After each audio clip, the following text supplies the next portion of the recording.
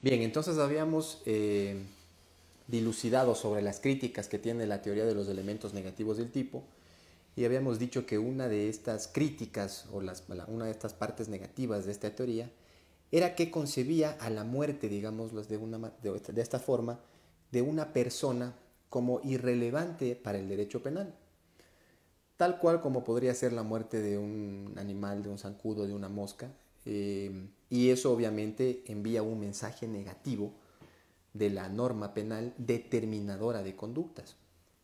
Además, esta afirmación dentro de un Estado social de derechos es inconcebible, puesto que toda vida humana,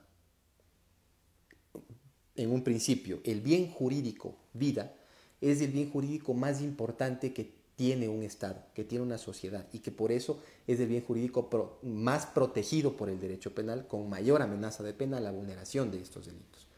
Entonces, sostener que la muerte de una determinada persona es una causa atípica, y al ser una causa atípica o una conducta atípica, representa una irrelevante valoración al derecho penal.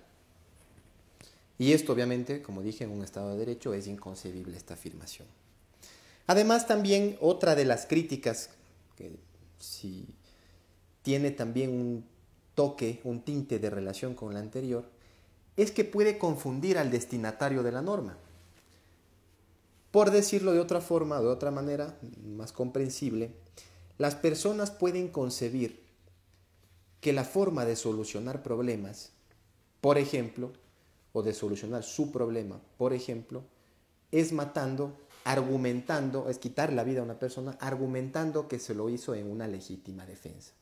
Y que, como se explicó antes, esa muerte no representaría ninguna relevancia para el Estado, para la sociedad y para el derecho penal. Entonces confunde a sus destinatarios, confunde a las personas en el sentido de solución de conflictos. En resumidas cuentas, el tipo penal expresa un ámbito situacional de vinculación entre los sujetos que tiene un significado social desvalorativo, que ya posee la capacidad de generar un riesgo para el bien jurídico protegido. Es por eso que, para concluir este tema de los elementos negativos y positivos del tipo, la doctrina mayoritaria se ha decantado por la teoría de los elementos positivos, puesto que, primero, brinda mayores garantías, segundo, brinda una concepción más clara, envía un mensaje más claro a todos los destinatarios de la norma, tanto a los ciudadanos como a los jueces, da un mensaje de claridad al dividir tipo penal, obviamente con sus elementos objetivos del tipo y con sus elementos subjetivos del tipo, dolo y culpa, separándolo de la antijuridicidad.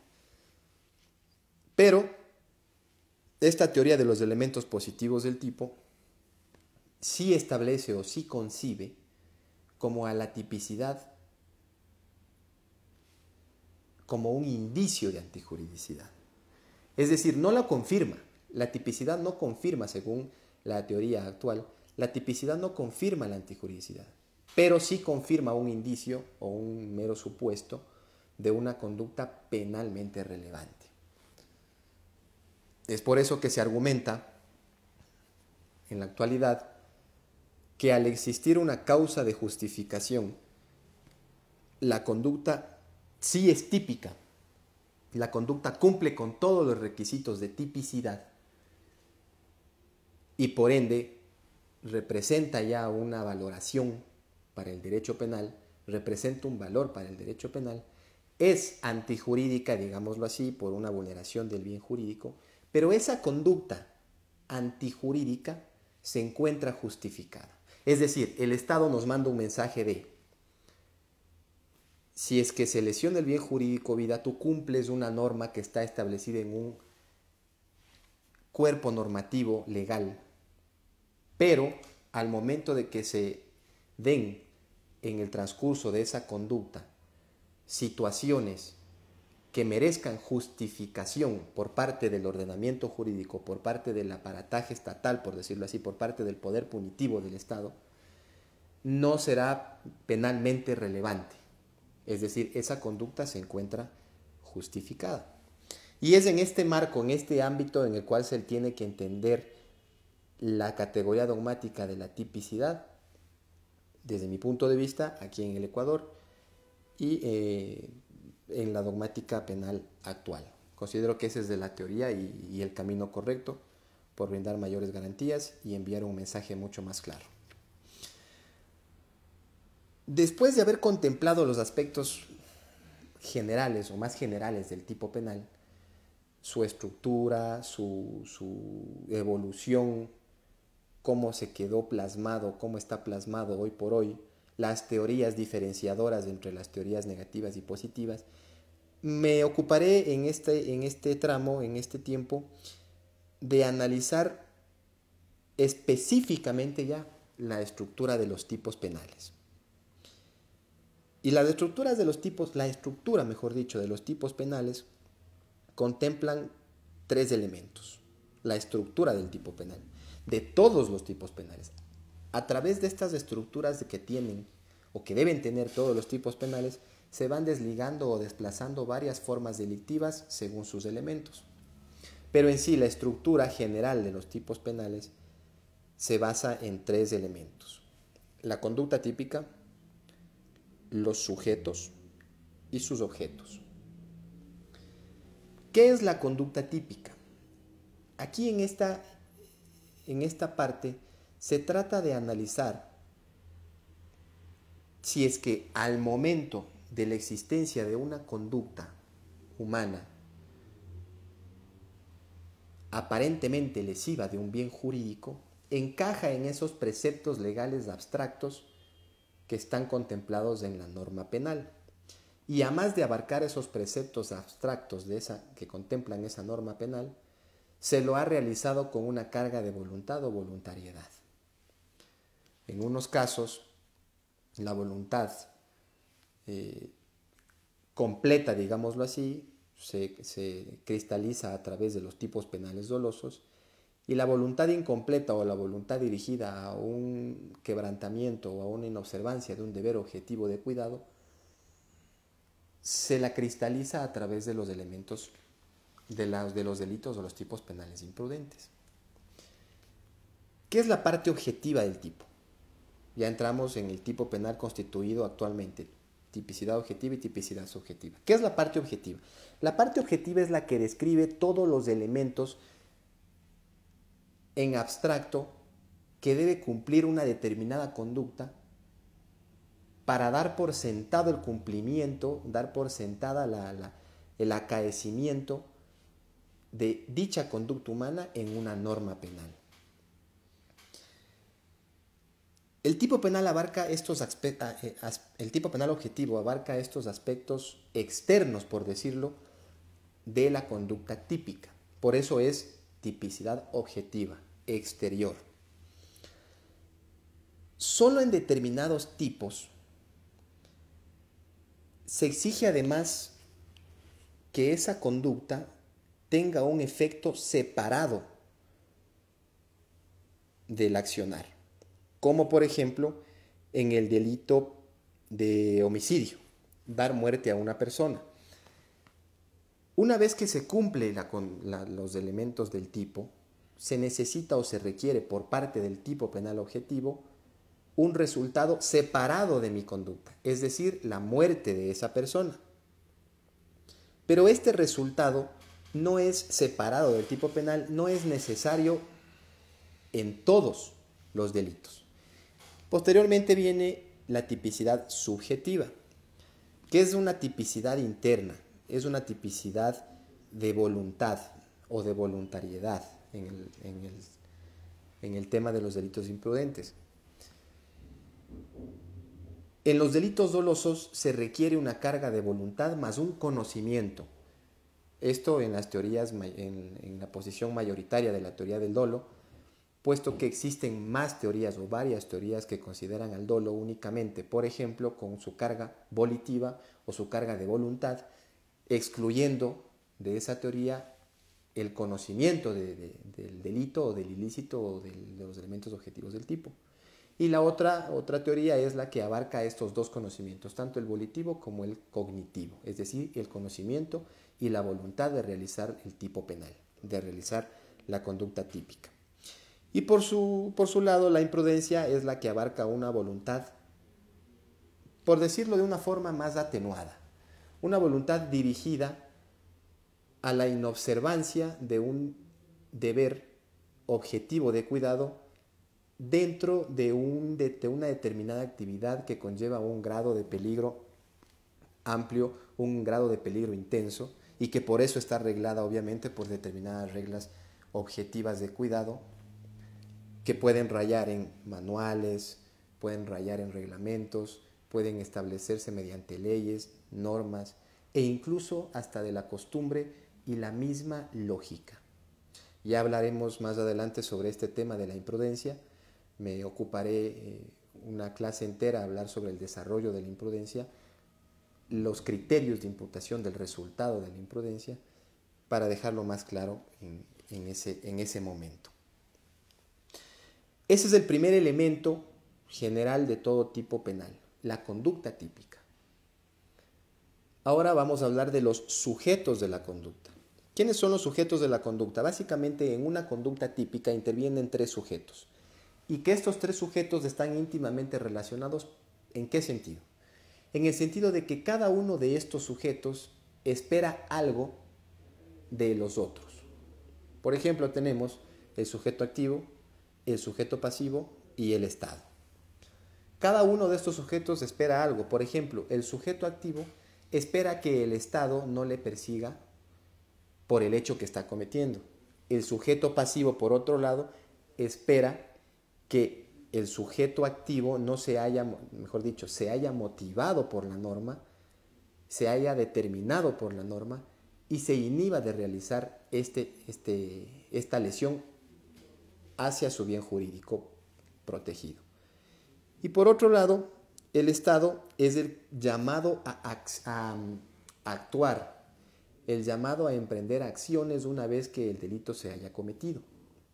Y obviamente el Estado espera que no existan venganzas privadas, el Estado espera que sus ciudadanos, los individuos, se hayan motivado por la norma y no cometan estos delitos. Es decir, estos tres sujetos que intervienen dentro de un tipo penal, sujeto activo, sujeto pasivo e incluso el Estado, esperan una determinada actuación o una determinada situación del otro. En este tema no nos vamos a referir a profundidad sobre el sujeto activo, porque si bien es cierto el sujeto activo es una parte del tipo penal, pero está estrechamente ligado con el apartado de la codelincuencia, o comúnmente conocido como las clases de autoría y participación. ¿Por qué digo esto? Porque es el sujeto activo el que realiza el tipo penal. Es el sujeto activo el que comete el delito. El sujeto activo siempre va a ser el autor del delito, el autor de ese tipo penal. Es decir, el sujeto activo puede ser autor o coautores del tipo penal.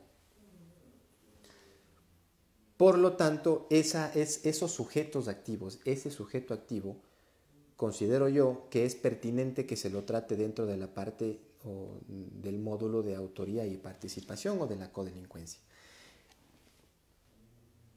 En este módulo, lo que se va a considerar como importante en el análisis es el sujeto pasivo.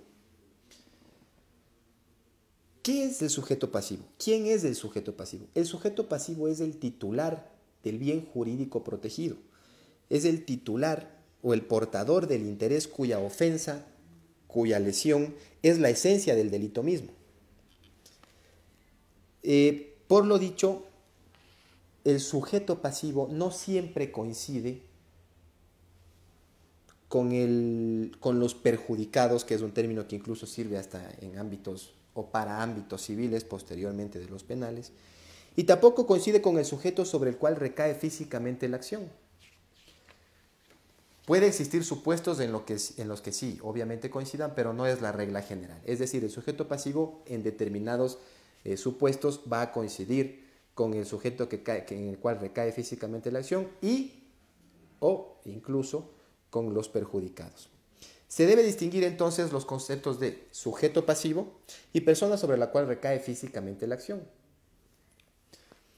En los delitos contra las personas, por ejemplo, lesiones, asesinatos, homicidios, el sujeto pasivo coincide. El sujeto pasivo coincide con la persona o el sujeto con el cual recae físicamente la acción. Pero en otros delitos, en varios tipos penales, no necesariamente tiene que ser el sujeto pasivo el que reciba físicamente la lesión al bien jurídico. Como por ejemplo, en el tipo penal de estafa. Cito un ejemplo, una joyería en donde atiende un empleado. Dicho empleado es víctima de un engaño por parte de un supuesto comprador, por parte del sujeto activo de la estafa. Obviamente el sujeto activo de la estafa, el que engaña, ejerce una influencia en el empleado para que el empleado, digámoslo así, venda o le dé al sujeto activo determinadas joyas, determinados instrumentos, determinados objetos que tienen en venta la joyería. Al momento de que se comete este delito, el sujeto pasivo de la estafa no es el empleado que fue engañado o al empleado en el cual recayó el engaño, sino es el dueño de la joyería el que se ve afectado por su bien jurídico patrimonio de este engaño. Es decir, el sujeto pasivo no coincide con el sujeto que físicamente recae la acción, en este caso la acción o la conducta de engañar. Es por eso que se tiene que distinguir entre sujeto pasivo y sujeto en el cual recae físicamente la acción. Por otro lado, tampoco se puede confundir el concepto de sujeto pasivo con el concepto de personas perjudicadas o los perjudicados, porque los perjudicados son los que abarcan un interés muy cercano y esencial o que soportan las consecuencias más o menos directas de ese tipo penal o de esa conducta ilícita. Como por ejemplo en el asesinato, obviamente los perjudicados son los que sufren las consecuencias más o menos directas en la muerte de su familiar, en la muerte de su amigo, etcétera, etcétera. Este concepto de perjudicado sirve más para temas civiles, temas de reparación, temas de indemnizaciones, etc. Pero no se tiene necesariamente que confundir entre sujeto pasivo y perjudicados, sobre todo en estos temas de asesinatos, homicidios o los delitos en contra de la vida. Es muy discutible además que la persona física normal puede ser sujeto pasivo. Sí, eso lo tenemos sentado. Los inimputables pueden ser sujetos pasivos, la sociedad puede ser sujeto pasivo, una persona jurídica puede ser sujeto pasivo. Lo que sí es discutible es si es que el sujeto pasivo puede configurar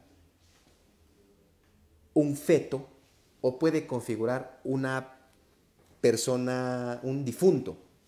Eso sí es discutible.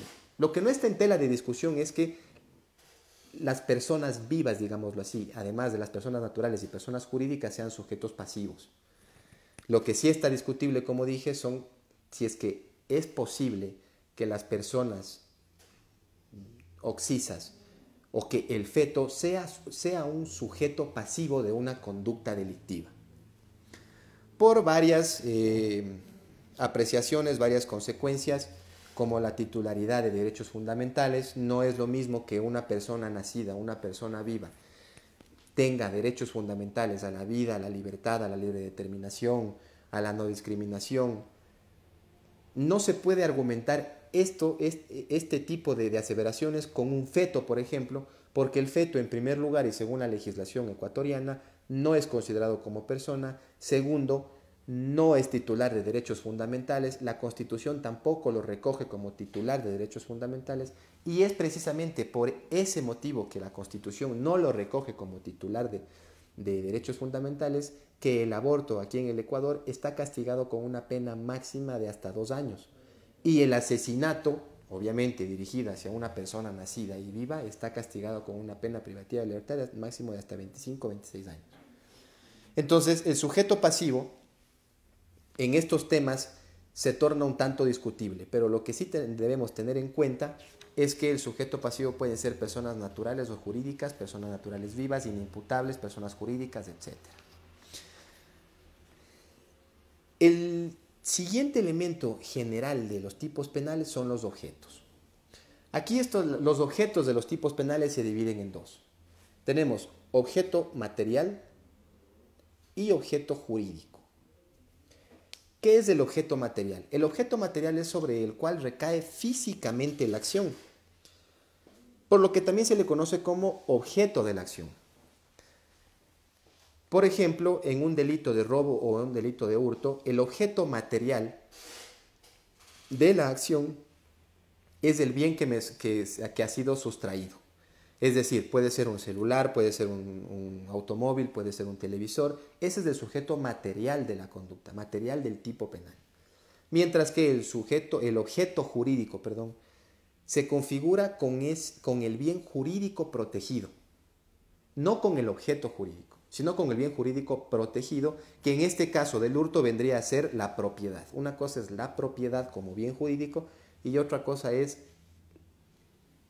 el celular como mi propiedad, como objeto material. Una vez contempladas ya los elementos materiales, los objetos materiales y los objetos jurídicos que contemplan los tipos penales de forma general, ahora nos referiremos a las clases de tipos penales. Los tipos penales se dividen, se clasifican por varias modalidades o varios elementos de los mismos tipos objetivos. Tal es así que existe una división o una clasificación de los tipos penales según la modalidad que tenga la acción. Estos delitos de las modalidades o estos tipos penales sobre modalidades de acción se dividen en dos. Tenemos los tipos penales de mera actividad y los tipos penales resultativos, o comúnmente conocidos como tipos penales de resultado. Importa aquí, o hay que hacer una argumentación o una distinción entre los tipos penales que necesariamente deben concebir o deben cumplir un resultado que sea posible separar en el espacio y tiempo. Es decir, que sean separables espacio-temporalmente de la conducta. En los delitos de mera actividad, esta separación de espacio-temporalidad no son necesarios, ¿sí? En los delitos de resultado. Esta separación de espacio-tiempo son específicamente para los delitos de mera actividad. Un ejemplo de aquello es el delito de allanamiento de morada, que en el Código Orgánico Integral Penal lo tenemos contemplado en el artículo 181, que básicamente para cumplir el tipo penal no se necesita que se cumpla una separación tiempo-espacio, sino con el mero hecho y el único hecho de yo mantenerme dentro de esa morada en contra de la voluntad de los propietarios de esa morada, ya se cumple el resultado. Es decir, es un delito de mera actividad. Basta que yo realice esa actividad sin necesidad de que exista un resultado que sea separable de mi actividad, sino que ya se ha cumplido el tipo penal y por ende el resultado. Esos son los delitos de mera actividad. Los delitos de resultado, en cambio, son los más simples, los delitos que sí necesitan un resultado, los delitos que sí contemplan una separación tiempo-espacio de la elección del bien jurídico y que por ende estos delitos sí se pueden concebir en grados de tentativas. Esta distinción entre los delitos de mera actividad y los delitos de resultado tienen una gran importancia dentro de la argumentación, el análisis de la teoría del delito, específicamente en la tipicidad. ¿Por qué? Porque dependiendo si es que el delito es de mera actividad o el delito es de resultado, se podrá exigir o no la causalidad o la relación de causalidad entre esa conducta. Es decir, si es que estamos al frente de un delito de resultado, obviamente la causalidad, digamos, se cumpliría. ¿Por qué? Porque tenemos el resultado, tenemos la acción que se elevó más allá de un riesgo permitido y tenemos que la finalidad de esa norma prohibitiva era efectivamente evitar esa lesión al bien jurídico. Entonces podríamos decir que se ha cumplido la causalidad mediante el análisis, obviamente, de la imputación objetiva. Recordemos que la imputación objetiva siempre se analiza en el ámbito de la causalidad.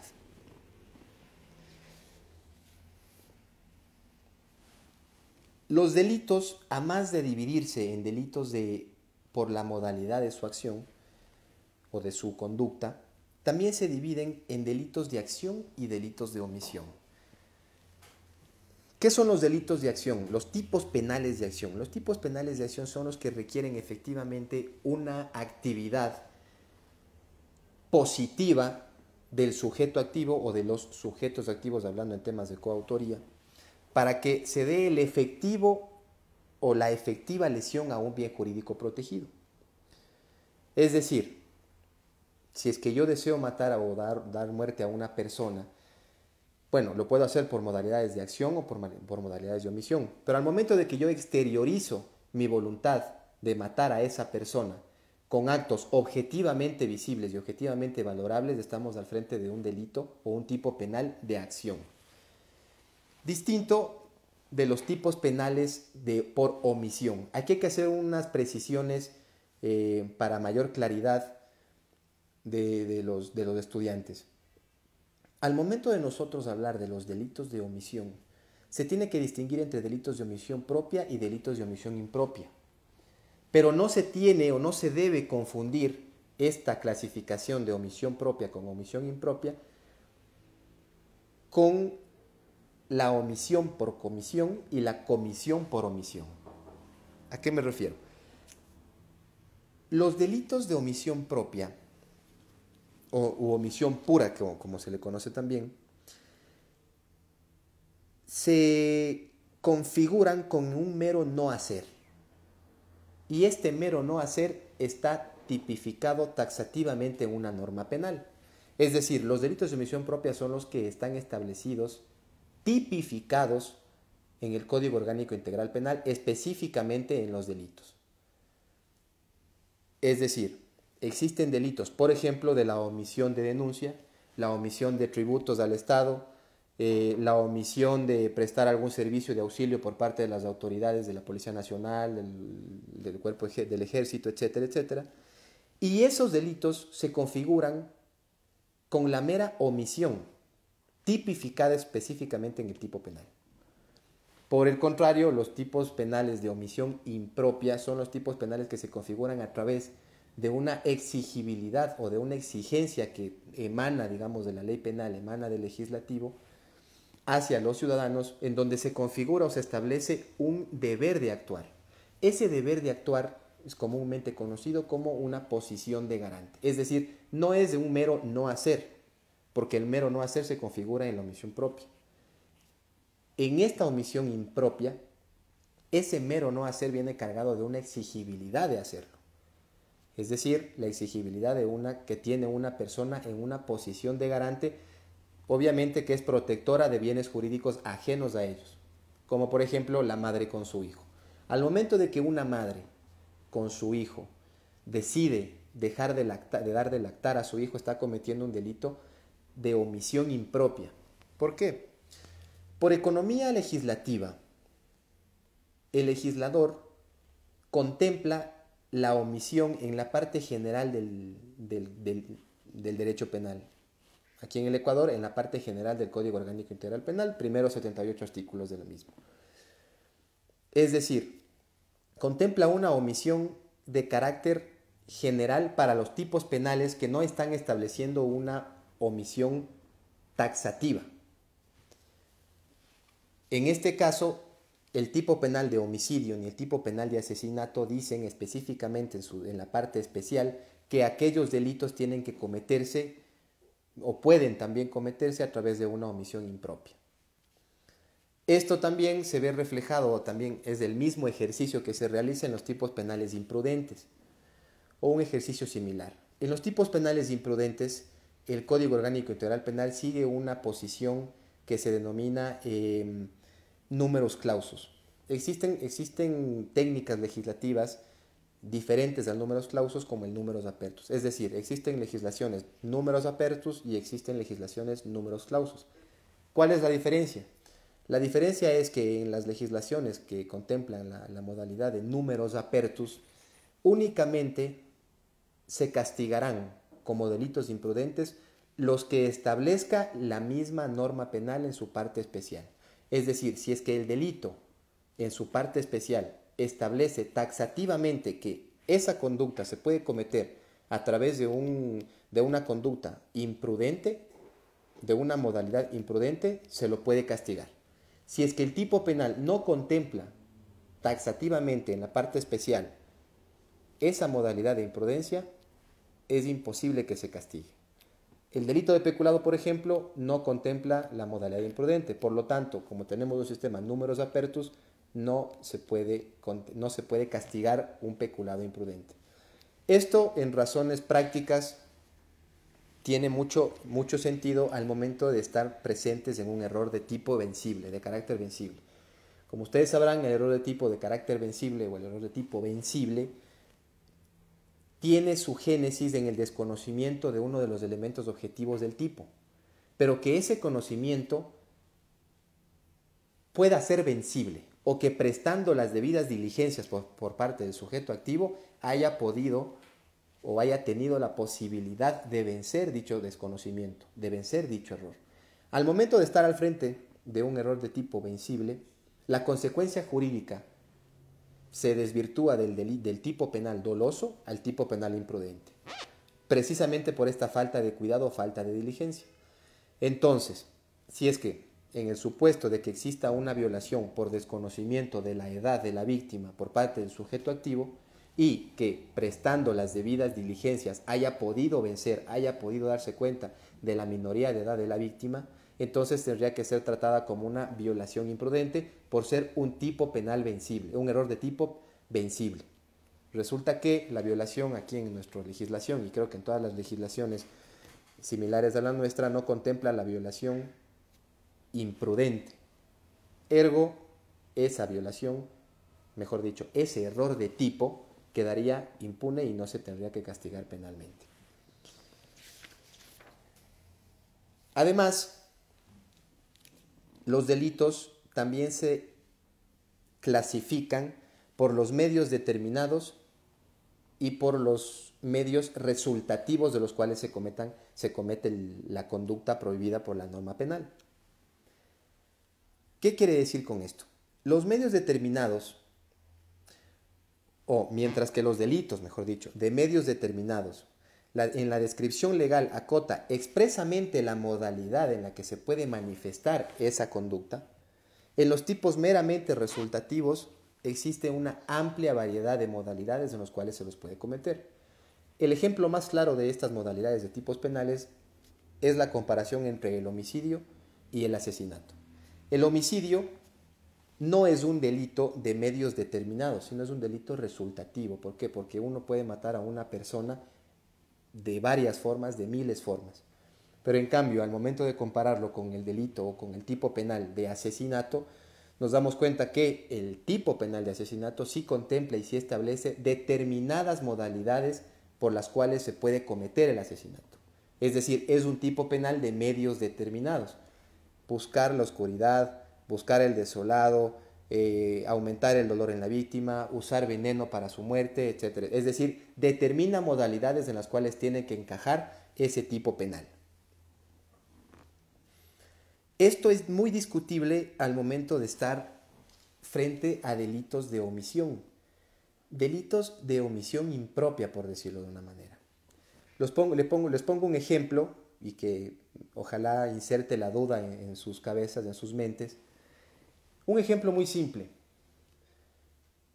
Una determinada persona se va de camping a un bosque y resulta que en ese trayecto tiene un accidente y cae al fondo de una quebrada,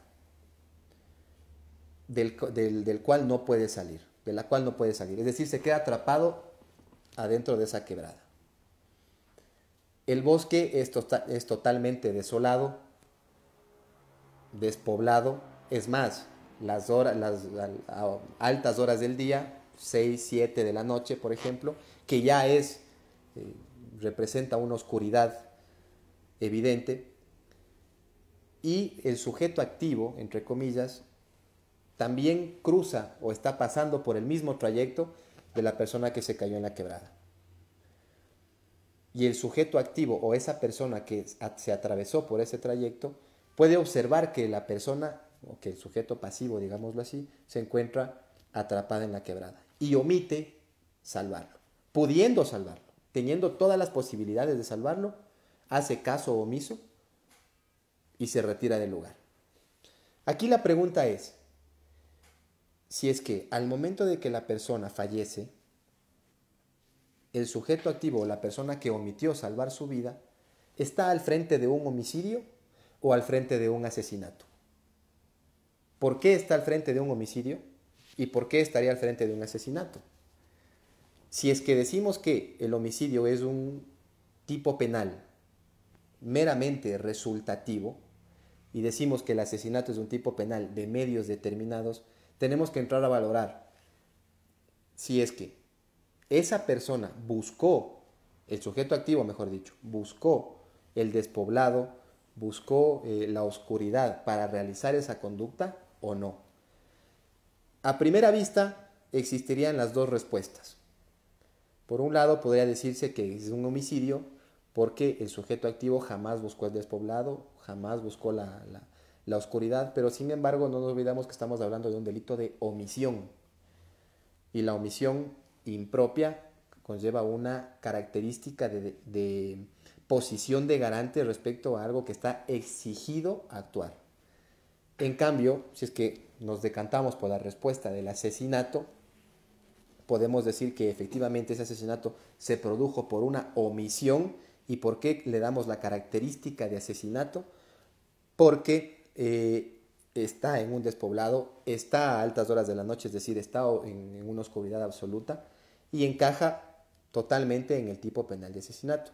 Esta respuesta se ampliará, esta argumentación se la dará más detenidamente cuando realicemos nosotros la exposición o la clase de los delitos omisivos. Aquí meramente era una explicación para determinar los tipos penales de resultativos y los tipos penales de medios determinados. Además, dentro de esta clasificación de los medios determinados y resultativos, también se puede encajar o pueden encajar varias modalidades de tipos penales diferentes a estas. Los tipos penales de un acto, los tipos penales de pluralidad de actos y los tipos penales de resultado cortado o de actos alternativos, perdón. Los delitos de un acto. El delito de un acto básicamente es el hurto, a diferencia del robo, porque en el hurto únicamente lo que yo necesito es extraer o apropiarme de una cosa ajena. Solamente me basta un acto para cometer el tipo penal. Los tipos penales de pluralidad de actos, en cambio, se encajan en el tipo penal de robo. Porque a más de que yo me apropie, a más de que el tipo me exige, o me pide, o me dice, o me describe, que yo me tenga que apropiar de un bien ajeno, me exige que de esa apropiación me exige una actividad más, un acto más. Es decir, la fuerza en las cosas, ¿sí? O la intimidación en las personas. Entonces tenemos dos actos, el acto de sustraer y el acto de amenazar, el acto de forzar al sujeto pasivo. Y por último, el delito alternativo, el ejemplo del delito alternativo o de medios alternativos. Este delito encaja en el tipo penal de allanamiento de morada, porque te establece dos formas alternativas de cometer el tipo penal sin necesariamente que las dos tengan que confluir conjuntamente para que se dé por sentada la conducta típica. ¿Por qué? Artículo 181 del Código Orgánico Integral Penal. El allanamiento de morada te establece o nos establece dos formas de comisión.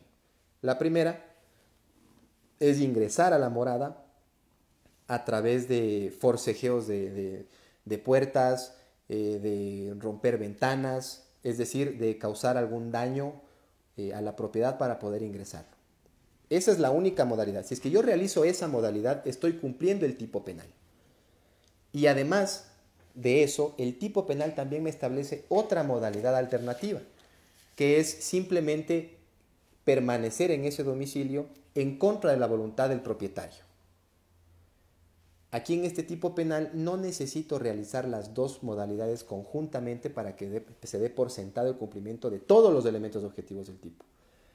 No es necesario confundir o confundirse al momento de analizar objetivamente y específicamente de la lectura del tipo penal que no se cumplió con, digámoslo así, la fuerza para entrar al domicilio, sino única y exclusivamente basta una de las dos modalidades. Además, existen también dentro de esta clasificación delitos de hábito, delitos habituales. ¿Qué representan estos tipos penales habituales? Los tipos penales habituales representan o exigen, mejor dicho, como el nombre mismo lo dicen, una habitualidad en la conducta que se viene cometiendo. Es decir, si determinada conducta establecida por un tipo penal que contempla la habitualidad y se cometen por una o dos veces, no se puede dar por cumplida esa conducta. Esta habitualidad representaría un elemento valorativo del tipo penal, del cual ya hablamos anteriormente, que se necesita una valoración subjetiva, pero comprobable objetivamente por el juez. El ejemplo más claro de esto es el artículo 323 del Código Orgánico Integral Penal, que se refiere a la captación ilegal de dinero. ¿Qué nos dice este tipo penal? La captación ilegal de dinero se puede cometer a través de la conducta de recolectar dineros, cobrando obviamente determinados intereses, sin tener la autorización legal de los organismos llamados o los organismos rectores de estas actividades financieras. Es decir, si es que yo no tengo o no soy dueño o no soy accionista de un banco o de una cooperativa legalmente conformada dentro del ordenamiento jurídico ecuatoriano y me dedico a captar dinero, estoy cometiendo el delito de captación ilegal de dinero contemplado en el 323 del Código Orgánico Integral Penal. Pero este delito nos exige un elemento de habitualidad. Es decir, nos dice, si es que nos dedicamos a captar dinero de forma ilegítima, habitualmente estamos cumpliendo ese delito. Pero si es que yo me dedico a captar dinero una vez cada 5 años, una vez cada 1 año, o simplemente una vez, no se cumple ese elemento de habitualidad en la captación ilegal de dinero. Es decir, ¿qué tan habitual debería ser una conducta para que el juez, haciendo un ejercicio de valoración subjetiva, pueda dar por cumplido ese elemento? ¿Es habitual captar dinero cada 5 años? ¿Es habitual captar dinero cada semana? ¿Es habitual captar dinero una vez cada 2 años? Es decir, necesariamente se debe comprobar esa valoración subjetiva externamente por el juez. Los tipos penales por la relación de la parte subjetiva con la objetiva.